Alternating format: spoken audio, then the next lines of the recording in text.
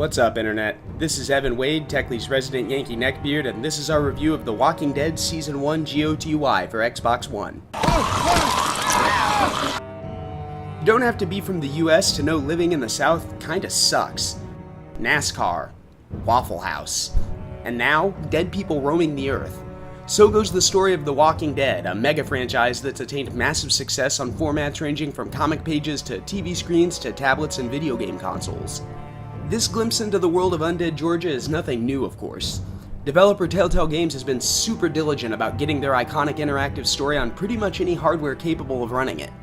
And while this Xbox One version doesn't add anything new, the story, not to mention the way that story adapts to your character Lee's decisions, is interesting enough to warrant a second or third or even fourth look, assuming you don't mind the $50 Australian price tag that is. The good news? There's a whole big bunch of content to be had here.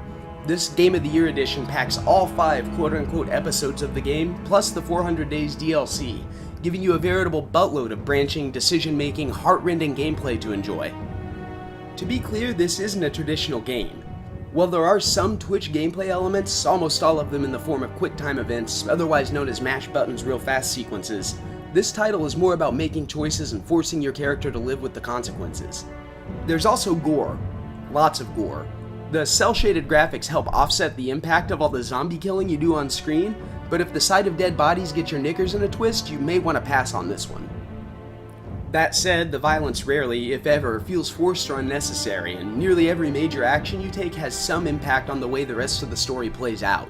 Whether you're choosing which one of your friends to let die or deciding who eats and who starves, your decisions are really the star of the show here. All those hacked off limbs and blown apart heads are just icing on one really gross cake. This is an exact port with nothing added to or taken away from the original Season 1. That means you get the same heroin addictive story that's netted the game approximately 930 gazillion major rewards over the years, but you'll also deal with the same clunky controls and weird graphical errors that have plagued the game since its iPad days. If you've already played The Walking Dead Season 1, and especially if you still have access to it, I definitely advise you to skip this latest iteration since it literally adds nothing to the formula. If you haven't experienced it, on the other hand, it's well worth at least a rental, and that's coming from someone who can't stand the hokey, overwrought television series of the same name.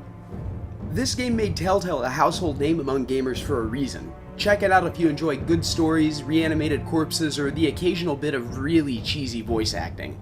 I'll go wait for supper then. It'll be a good one. Once again, this is Evan Wade with Techly, reminding you as always that humans are the real monsters. That's what they've told us in every single zombie movie ever made, after all.